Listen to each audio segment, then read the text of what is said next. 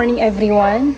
Napakalamig sa lugar namin kasi gawa ng yung bahay namin is malapit lang po sa Batan. Bago ang lahat, bago tayo pupunta sa Ilapio, magtimpla muna po tayo ng kape. Gawa ng napakalamig sa lugar namin.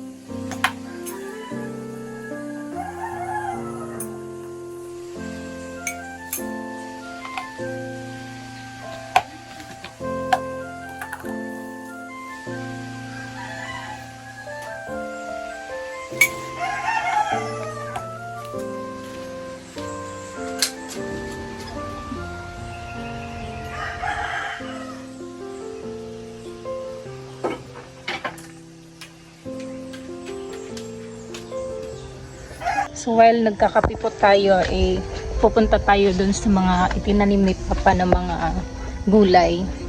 Kasi last update ko 1 month ago, kaunti pa lang yung naitanim ko doon. So while hindi ako umuwi dito sa amin, si Papa busy para magtanim ng mga iba't ibang gulay. Para kung sakali may bunga na, hindi na tayo bibili pa sa tindahan, diba? So dito banda, namunga na po yung mga atsal ni Papa. Actually marami na po yung bunga. Nung nakaraan, umuwi yung mga kapatid ko dito, ang ginawa, nag-harvest ng mga gulay. Ayun si Papa, oh. Nilinisan niya po yung mga puno ng mga kamatis kasi marami na pong maliliit na mga damo na siyang kukuha ng mga nutrients sa ating mga puno ng kamatis. So dito banda, meron po tayong okra. Medyo mahaba po yung puno niya. Tapos yung bunga niya, 3, 4. So hindi worth it yung natanim natin na okra. Hybrid kasi to. Ewan ko kung ganun ba talaga yung hybrid na okra. Wala din akong alam dyan. Kasi ang akin lang is bibili ng mga seedlings para maitanim dito sa maliit nating taniman ng gulay. Dito banda, may namunga na po na kamatis dito. Ayan. Kaunti pa lang. Tapos dito banda naman, yung espada natin na sili, may bunga na din. Kaka-harvest ko lang nito nung nakaraang araw. Ayan, may mga bulaklak na. Tapos yung mga kamatis naman andun. Medyo marami yung kamatis natin. Yung iba andun din. Yung mga may bunga dito na banda. Samahan nyo po ako magkuha ng papaya, yung hilaw na papaya para gawing atsal.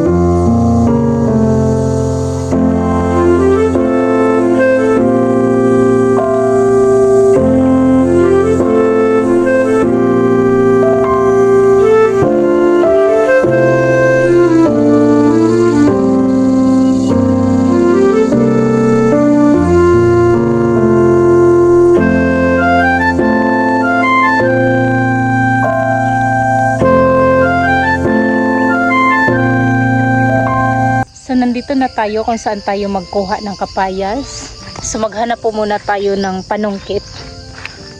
Kasi hindi tayo marunong mag-akyat.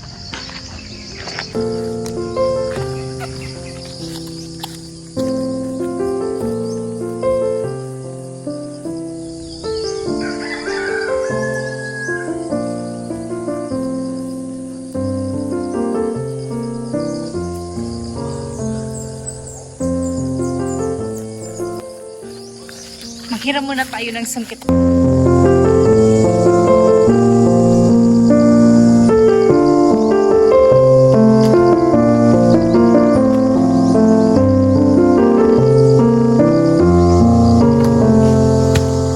Success yung pagkuha natin ng papaya. Isa lang yung kunin natin guys para hindi masayang yung bunga. Kasi ang sarap pa naman ng papaya kapag nahinog. Lalo na pag nahinog to sa kanyang puno. Sobrang tamis ng papaya dito sa amin.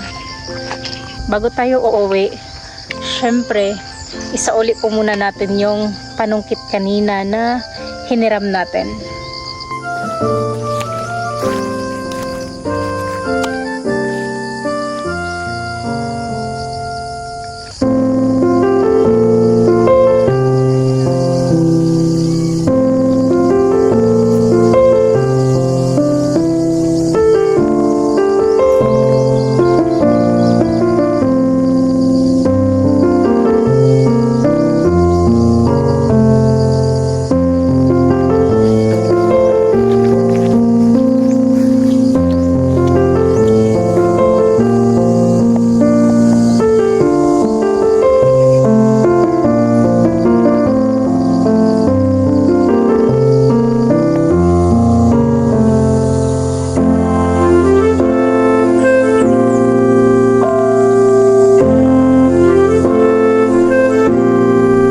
Galon po dito.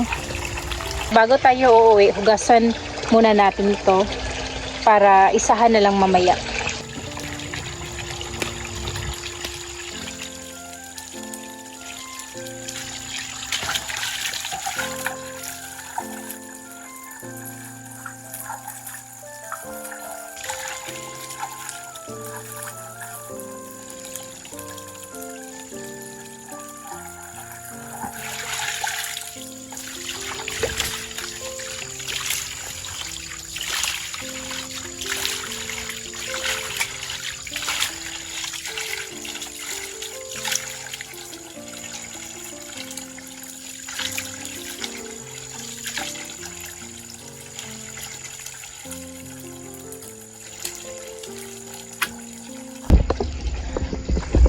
So ayan, okay na. Uuwi na tayo. Nahugasan na din natin yung papaya natin.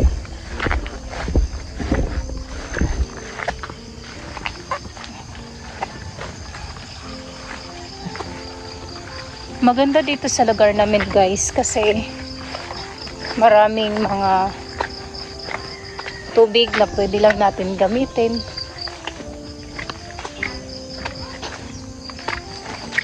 Dito sa lugar namin, maraming nag-aalaga ng mga isda. Katulad ng hito. Tapos, parang may tilapia din. Tapos, more on kambing.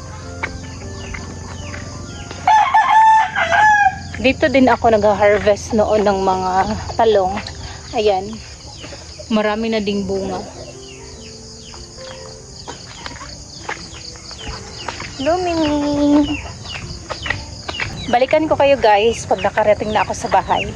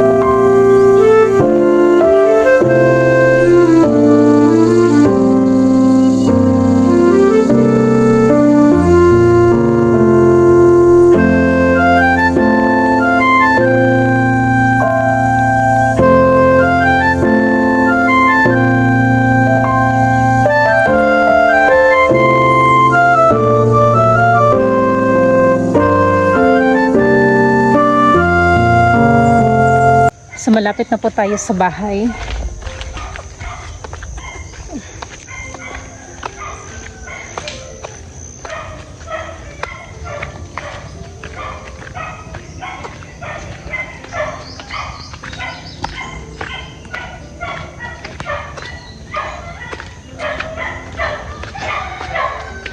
Ayan, nasa bahay na po tayo.